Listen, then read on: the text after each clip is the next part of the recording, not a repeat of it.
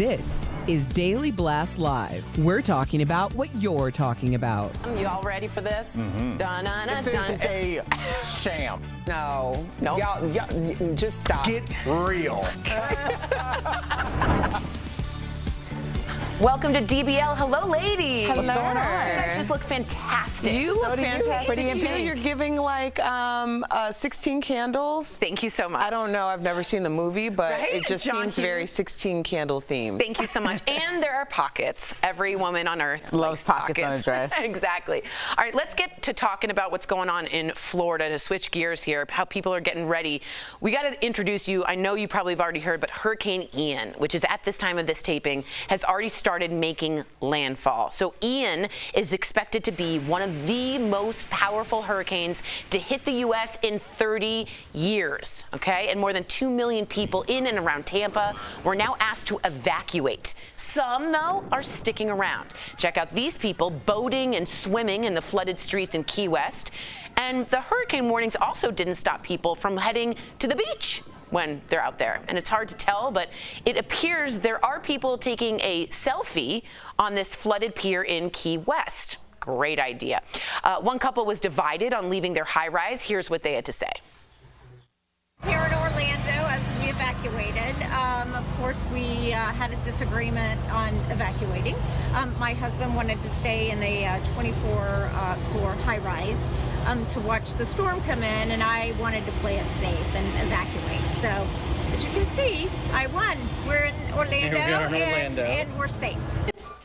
So first off, we want to know, first of all, we want to give our thoughts and all of our prayers to people in Florida. We know it's very difficult out there. But would you stay or would you go? And if you wanted to stay, why? Would you, Lindsay, what do you think? No, I probably would go, and that's because I'm with Colin, and he's from Texas, and so they have floods and hurricanes all the time. And he also works in insurance and has explained how serious this is. I think there's 3 reasons that people stay, though. Some people are just stubborn, which you heard, like her husband wanted to just sit in his high rise. Some people literally can't go because of health concerns. Sure. So you can't sit in an hour with untelling amount of traffic, and then people may pass away on the road trying to get to safety. Absolutely. So it might be more safe in their actual home.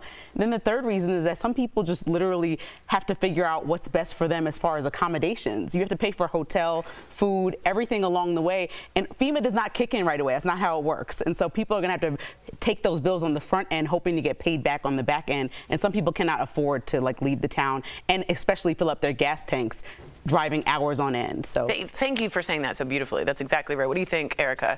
No, I agree. There's also a 5th reason is some people don't have insurance. Right. You know, so they're literally trying to protect their assets, thinking that they in some way might be able to do that if they're there versus if they're leaving. If they're which is a horrible position to be in, and it really speaks to the deficit of our country. Yeah, absolutely. I also think people stay because pets. It's always hard with pets because some shelters or buses weren't taking them at the time, and now they are. So some people stay because they don't know what they'll do with their animals, and I know that's a hard thing to do.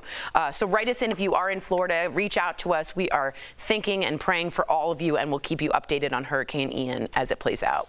Actually, speaking of our country, President Biden has reached out to Florida Governor Ron DeSantis about giving help to residents, just like Erica was saying. The White House has confirmed. The president and the governor spoke last night to talk about how the federal government can help the state prepare for Hurricane Ian, adding that the two are committed to, quote, close coordination.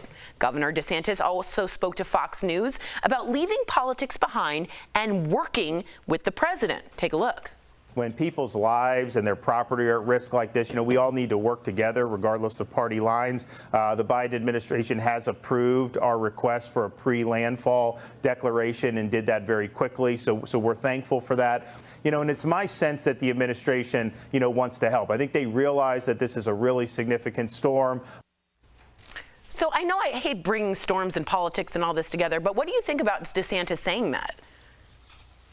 Well, a lot of things are preventative that Biden did agree to in this declaration. So what are you going to do? Respond afterwards? We saw how that looked in Texas with their power lines. That's not a working solution. They're great. So we want to save lives. That's more important than any politics or wherever you fall on the party line. Also, Biden has been working really hard with the governors of like St. Petersburg, Tampa, and other places to really make sure that they were protected, the ones hit hardest. And so DeSantis needed to jump in, but I think it's more for like, for presentation wise, he needed to jump in and have a conversation with Biden as opposed to nothing being done by Biden until he called him. Like they were already making plans. I don't know what it feels optically. I like that they said put it. I mean, even if it doesn't mean anything, I'm so happy to hear those words during a disaster from two opposing parties. I know those words during a disaster. Like, I mean, COVID would have been great to hear those words. Totally. Any other time. It's interesting. It's interesting when we can hear those words of unity and when we can save lives and when we can't. When we cannot. Interesting. And when they choose to say, let's put politics aside, and when they don't. Interesting. Interesting. All right. Well, switching gears here, a woman right here in Colorado. This is insane. She's recovering after she was hit by a train while handcuffed in a police cruiser. A warning, this video may seem disturbing to some of our viewers. This is the woman that was pulled over by a police officer, a suspected road rage incident. They did draw their guns. They handcuffed her. They put her in a police cruiser that was parked on active train tracks, okay? The woman was alone in the car, locked car, may I add, for about 2 minutes when she noticed a train barreling towards her, okay? It slammed into the cruiser, pushing it down the tracks. She has survived. There it is again. She has 9 broken ribs, a broken arm, numerous injuries to her head and back. One officer is on administrative leave, and the department is now investigating. The woman has contacted an attorney, but so far has yet to file a lawsuit. Does she need to file a lawsuit? Well, she's still in the hospital right now. I'm sure she will be filing a lawsuit. There are so many questions I have. She's out now?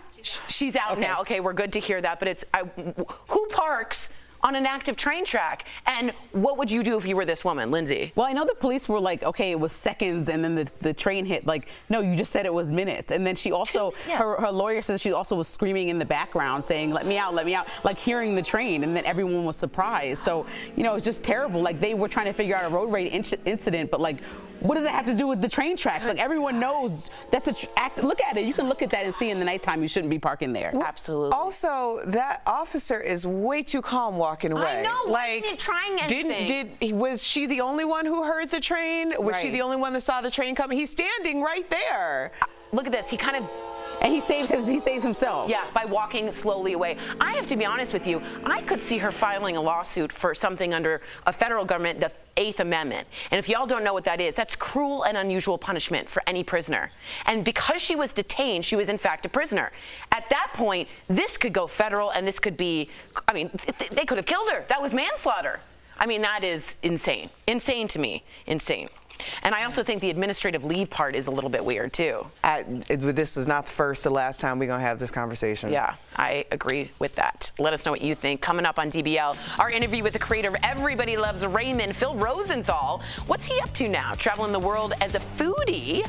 And Katie Couric reveals she's battling breast cancer. Her important message to others about not postponing those mammograms, ladies.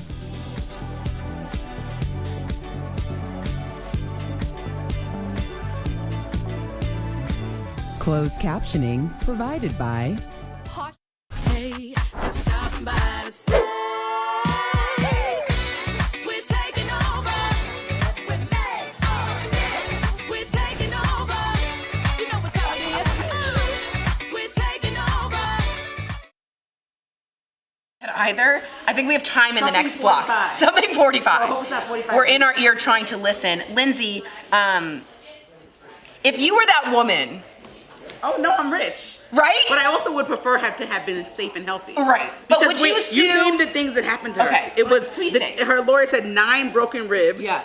Wait, let me make sure I get this. bedridden, according to 9. A fractured sternum, back and head injuries. Like that's not, even though she's probably gonna have a multi-million-dollar lawsuit, I prefer my health. I agree with you Every on that. day, right? But I will And I love your hair, by the way. I saw Doesn't your. Megan look cute, you guys? She said, "Mama wanted a change." Okay? Autumn Wind. Remember that I love Ghost? it. Do you like it? Awesome. I love It is fall So yeah, vibes. this girl is only 20 years So old. I read an article from last night, and it was saying she was still I got you, hospitalized. girl. But Kelly was going to call Yeah, it out. so she just got out of the on air. hospital, Okay, I got believe, it. last night or this morning. And it. yeah, her attorney said she's bedridden right now. All she wants to do is be able to go out and be with her friends. And because of this whole thing, And she's only 20 years old, She's so have 20. all those injuries at 20 is ridiculous. Also, whose parents didn't teach them not to park on the train tracks? For Like, for the police police officers officers, to right. do this is really concerning. And then her lawyer was like, I don't think we need basic training about train tracks. Like, And you're like, there's no training that would teach you this is not a place This to is not a pull good someone over. idea. Whether it's an active train track or not an active train track, you don't Just park don't on the do train it. tracks. Okay, rant over. I'm literally scared of, when you're driving across, like, Yes. the kind of, I don't know, like the trolley things. Like, I've lived in a couple cities, so like I'm always so nervous to like, I just like drive quickly if I can, or I wait all the way. I don't want to ever, I have like a phobia of the things coming down and I'm like halfway through. You know what I feel like that phobia came from? What's that movie, Dre? You youngins know it, where they saw Final Destination. All the young kids are like, don't drive with that thing coming out of the back of the truck. And also, I want to say quickly, imagine being handcuffed seeing the train come. There's no way to protect your face, your head, your soul. 20 seconds. Oh, I'm here.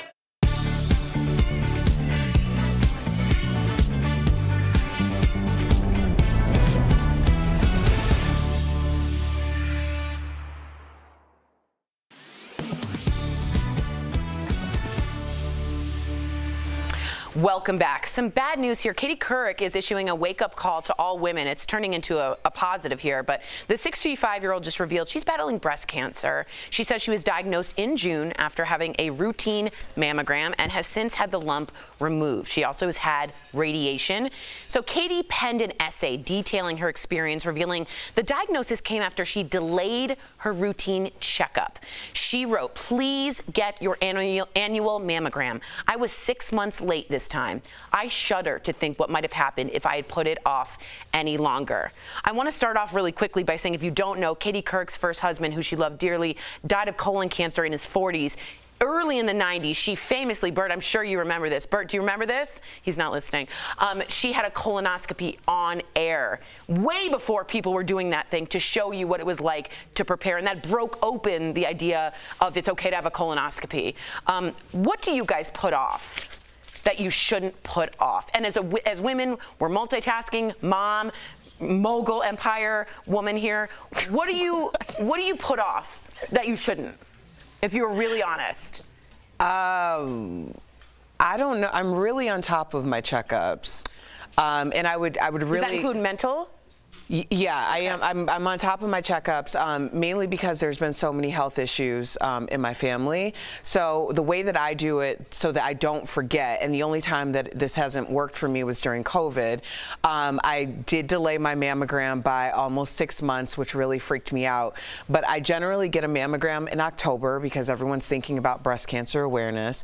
And I generally get an annual with my OBGYN in February because it's my birthday. Yeah. So it's like a gift to myself. And I would really encourage everyone to find ways of doing that so you don't put it off. Even my 6-month checkup for dental is very, I'm on my checkups, y'all. That's the point. She is on it. So you're making us all look bad. Okay, go ahead. No, I'm the exact opposite. Everything is a surprise to me. I'm like, oh my God, I gotta go to the dentist. Oh my God. And they usually call you to follow up. If it's a good dentist or whoever, they usually call you to follow up. And I'm like, oh, surprise. Okay, let me schedule it. And I pick a day. It usually doesn't work. Reschedule 5 times. So I understand Katie Couric. She's like a lot of women that just like, things get mumbo jumbo, that we have like organized chaos going on. But I think as long as you take this and watch stories like this and use it as a sign to yourself, even right now, if you haven't got your mammogram, it's a great day to set it up today. Just right now. If you're like me, then just do it right now. And that's the kind of thing. It's like you can't put off these things because then you'll realize, okay, it's time for a root canal. Okay, it's time that I'm finding something that I didn't want to find and I could have found this 6 months ago. So that's the kind of thing where if you are like me or you're like Erica, either way, get your life together. Get your life together. Exactly. And I think it was interesting. She said she was so into colon cancer, she kind of put off the mammograms, which was so interesting. She cared about one, make sure you're looking at the whole self and get ahead of it. That's a great point. David Letterman was recently on Jimmy Kimmel and spoke about sending his son to college for the very first time. Take a look at this. You've been through that yourself, right? People go through this, the separation of the kid leaving home, and I thought it would be nothing, but it's devastating. Am I the only one that feels that way? No. So he's been gone a month today, so we had. So Letterman isn't the only celeb that's sad about having an empty nest. Gwyneth Paltrow recently spoke out about sending her daughter to college, saying the emotional moment was like giving birth all over again. What was your college? Did Dr. Cobb cry?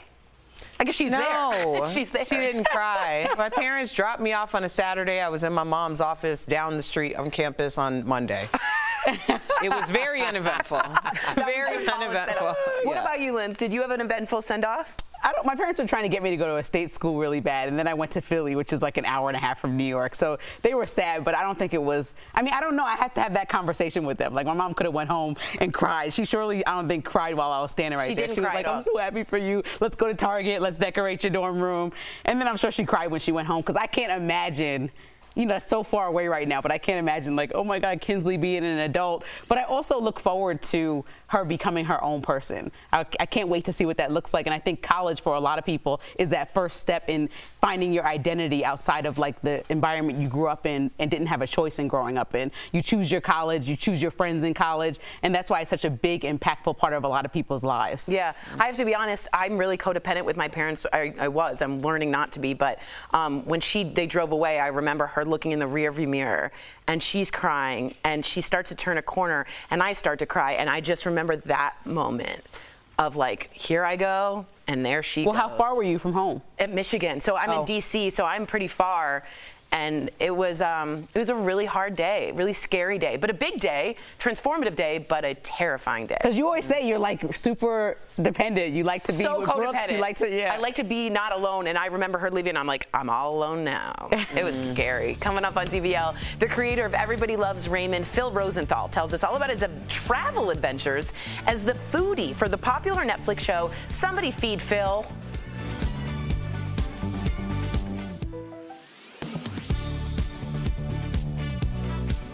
In March, President Biden signed an executive order allowing the Federal Reserve to explore the possibility of creating a centralized bank digital currency in the United States.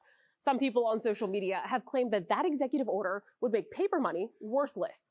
Verify reader Jerry emailed the team to ask if President Biden's executive order would replace paper money with digital currency. So let's verify. Our sources are Executive Order 14067, the Federal Reserve, the Atlantic Council, a nonpartisan U.S. think tank, and Aaron Klein, Senior Fellow in Economic Studies at the Brookings Institute. President Biden's executive order does not have anything to do with paper money. It asks the Federal Reserve to figure out how to create a central bank digital currency. The digital money that you're used to, the ones with credit card purchases or transactions on apps like Venmo or Zelle, well, those are managed by commercial banks, not the federal government. Cryptocurrencies like Bitcoin are also considered digital currencies, but they aren't issued or backed by a central bank. That wouldn't change under this executive order. Economics expert Aaron Klein confirmed to Verify that there is nothing in the executive order that ends or eliminates cash either. In a press release, the Fed said that a central bank digital currency could provide faster payment options between countries and safe digital payment options for households and businesses. The government has not yet decided whether to create a central bank digital currency. It's just asked the Fed to look into what it would take to create one. So we can verify that no, Biden's executive order does not replace paper money with digital currency. Around 100 countries, apart from the US, are already exploring national digital currencies. According to the Atlantic Council, Jamaica and Nigeria have already started offering centralized digital currencies. Both of those countries still have paper money. With your Verify, I'm Ariande Till.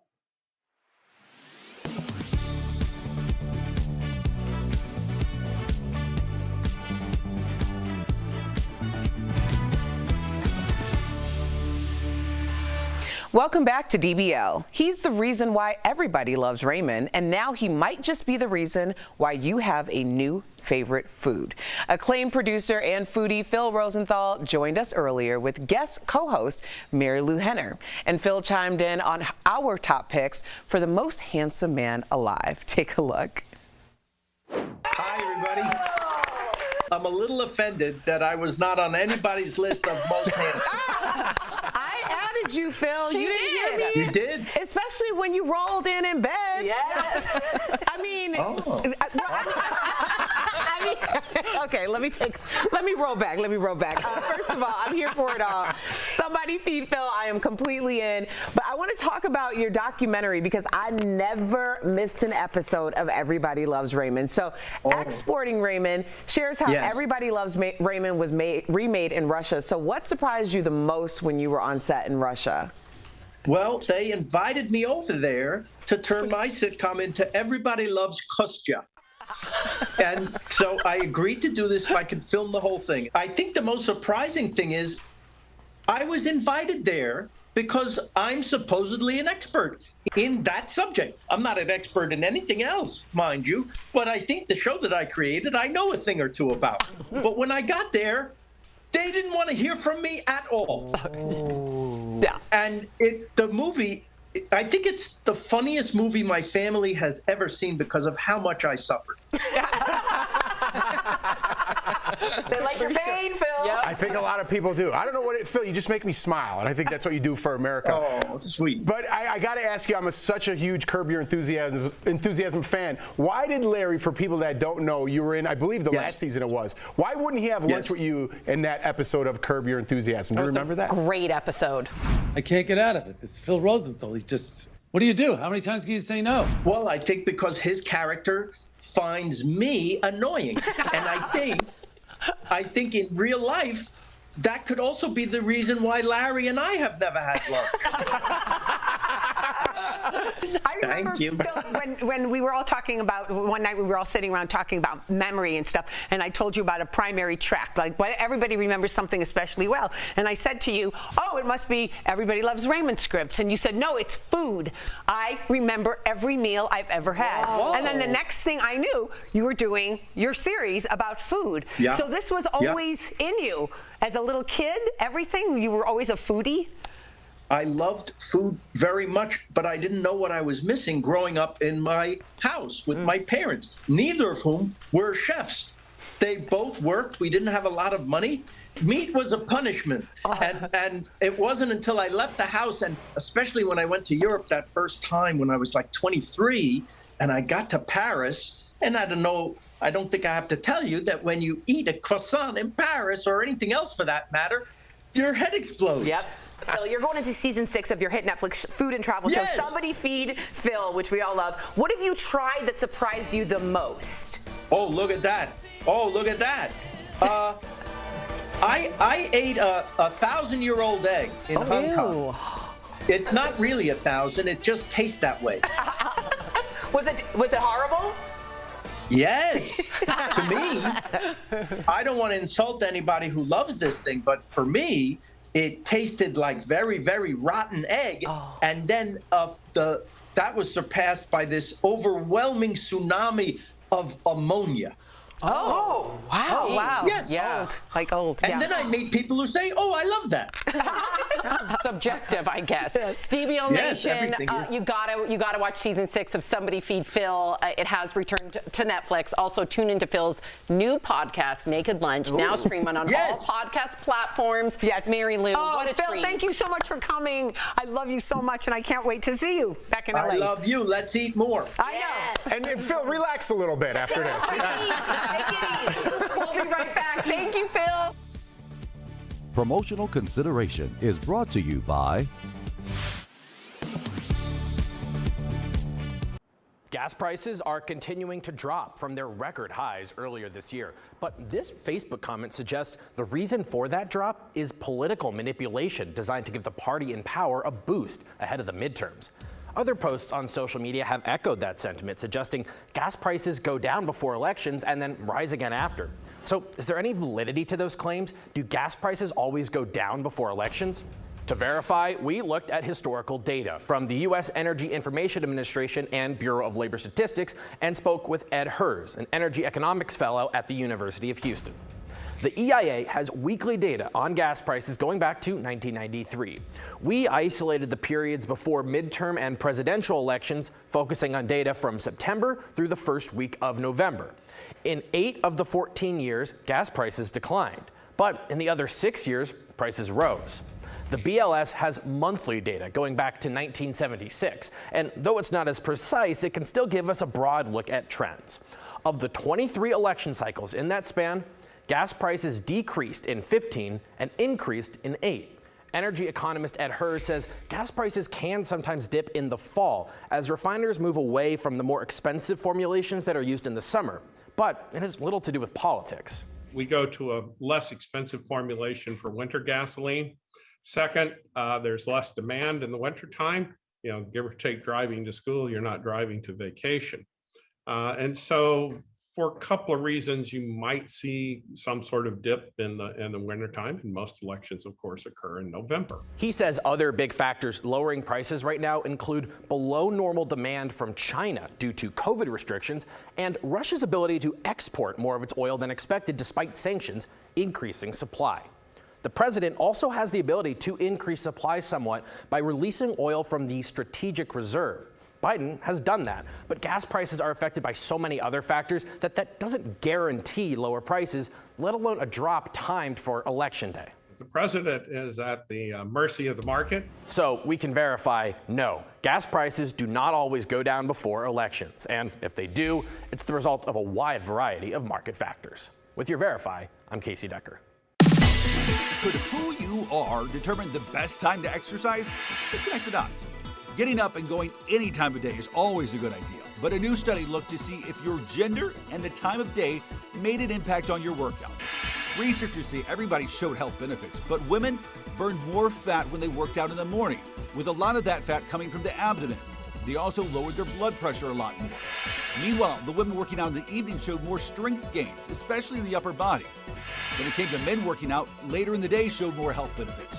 The evening exercisers significantly lowered cholesterol levels and burned more fat. For men looking to gain strength, any time of day helped them to put on muscle.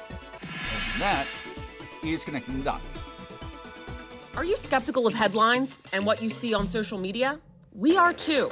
The Verify newsletter answers your questions, clarifies what's true and false, and even includes a daily fun fact. Go to verifythis.com/email to check it out.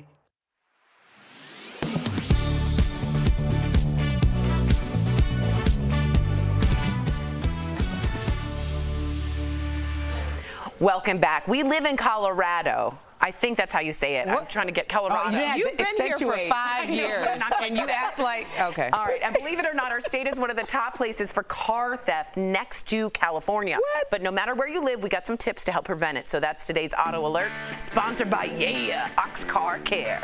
First, increase security around your car. This includes motion sensors, floodlights, and security cameras. Also, make thieves aware of this with signs. Next, increase security inside your car by installing a dash cam. Also consider GPS monitoring and a wheel lock. And designate a secure spot for your keys. Uses space out of plain sight like drawers or bags. Last, make sure you're properly insured against car theft. Ox Car Care is dedicated to providing you with an amazing auto protection plan experience that works with your budget. If you're looking for better car care, give them a call at 1-800-690-7547. Thanks for watching with us today. We appreciate you all as always. Have a wonderful Wednesday. Oh, wow.